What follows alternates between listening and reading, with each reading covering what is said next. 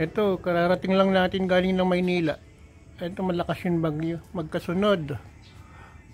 Andito na yung ipil natin. Oh. Yun ko yung sinasabi ko na ipil na insya bihuga, pero malalaki yung dahon. So, medyo mabagal siyang lumaki. So, almost, ano na to, 5 to 6 years siguro. 5 to 7 years. Pero ang daming, ang dami ng bulaklak. Sana mabuhay. So, malalaki yung dahon niya. Malalaki yung dahon niya kapag, halimbawa sa mga park, nahulog yung mga dahon, madaling malisan. Kasi malalaki. Ito medyo malilit pero lalaki pa yun kasi katatapos nga lang ng bagyo. May klase kasi ng ipil na ito kasama niya to. So matibay sila, naputol siya dati, tapos akala ko wala na. One time bigla na lang siyang umusbong. So it take 1 year siguro, umusbong, tapos biglang lumaki ulit. So yun yung mga pwedeng itanim sa park kasi nga hindi siya masyadong makalat. Meron tayong tindalo, eto tindalo, Apsiela rhomboidea. Apsiela rhomboidea. Binibigyo ko lang yung mga native trees natin. So kagagaling lang natin ng Maynila, binisita natin yung mother ko kasi may cancer. Eto yun sinasabi ko na na ipil siya pero maliliit yung dahon. Ito, malalaki rin yung dahon eh. So, tatlo yung nakikita kong ipil na maliliit yung dahon. Magkakaiba yung dahon. Yung maraipil at ang tawag sa isa. So, eto natumba. Nagsitumbaan. Oh, eto sana maibabalik ulit.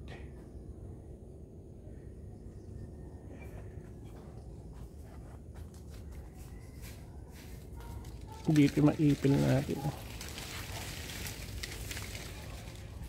Ito namumunga na dati eh. Pero dahil siguro sa bagyo.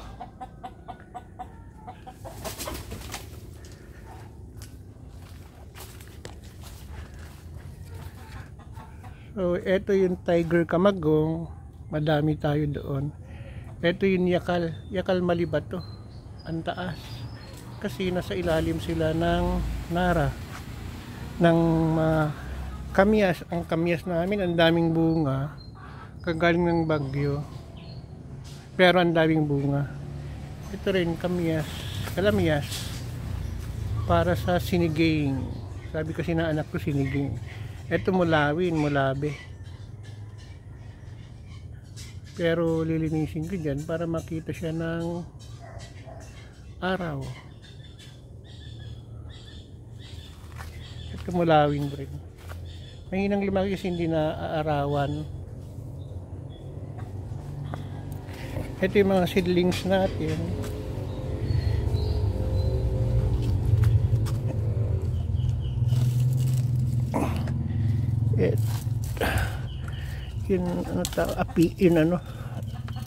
Api itong malalaking dahon. Ito yung mga kiat-kiat. Mga tumubong kiat-kiat. Ito yung sinasabi ko na palawan na ipil, maliliit yung dahon. Seedlings pa lang siya. Tapos ito yung balatinaw, kamagong, dalawa eh. Yan. Mas maganda sa African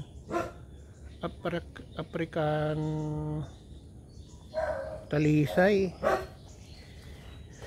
Mabilis lumaki yun pero ang ganda kasi kaso nga pag malaki na yun yung mga kadalasan na tinatanim sa mga harap ng mall sa Manila, sa SM, ganun. So ang dami tayong ipil na native. So ito, nagsa-self pruning sila kaya hindi kailangan pruningan. Kapag maliliit gusto silang kapag pataas sila ng pataas. Meron din sa kabila. Ito napakataas na ipil. So ang dami tayong tanim. Hindi katulad ng nakabili tayo ng danggula. Ang nakalagay sa picture 1 foot. Nung dumating 3 to 4 inches. Sira pa yun sira pa yung plastic bag. May kasalanan daw yung lala mo. Kaso lang, di niya naman kasi inayos, tapos basang-basa nung pinaship. Hindi man lang alam paano magpa-ship seller na yun. Dahil pang sinasabi, hindi man lang mag-sorry. So, yung ipil natin, eto namunga na nun hindi siya tumuloy.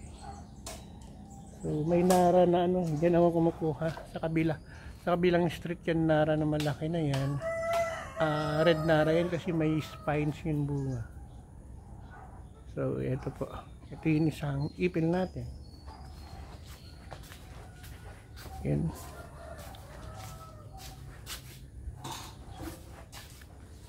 So punta tayo sa likod ng bahay.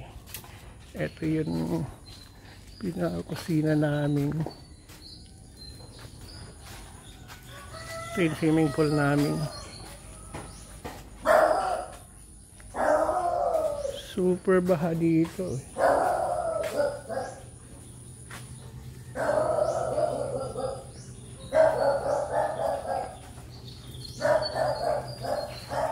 So madami tayong dito. Ito ginawang bonsai ng mother ko. Siya tawag dito, kamagong balatinaw. Ito naman yung mga native trees natin ulit. Pinagsama-sama ko kasi kawayan dati dito pinaputol ng kapatid ko. Sama-sama sila lahat dito. May ipil, may tuog. Ito yung ipil. Tapos meron pa tayong dito. Tawag dito.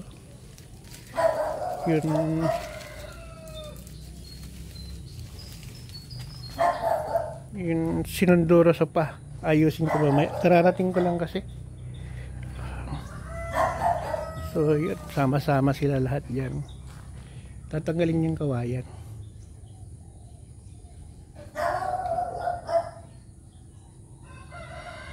Pero dun pala ang kahoy.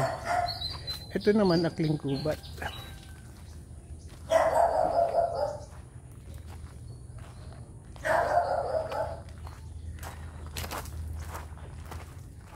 Ito yung mulabin natin, medyo malaki na. Ayusin din natin mamaya. Saka tuog. Ipil. Tuog.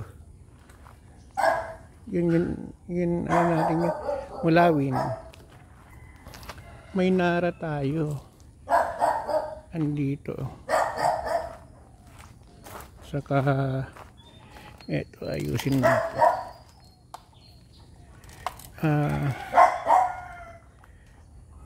Tawag dyan kamagong. Ito yung nara. So may tindalo nilipat ng kapatid ko. Ito sana mabuhay.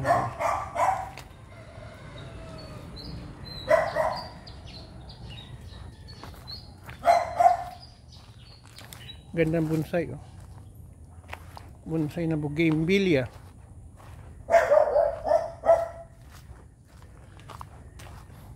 Ito may ipil din. Ipil.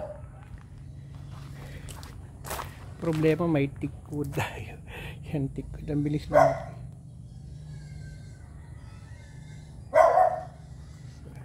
Ito yung mga bonsai ng mother ko. Bonsai na Arius ang pangalan sa galing sa Batanes. Ito yun yung bougainvillea na madaming magkakaiba ang bulaklak.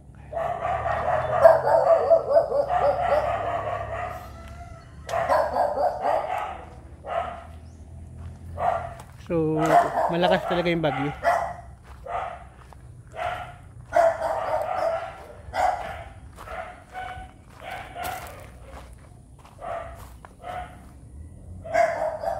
Kantahan ko muna yung mother ko kasi kumakain siya mag-isa doon sa loob para may kasama siya.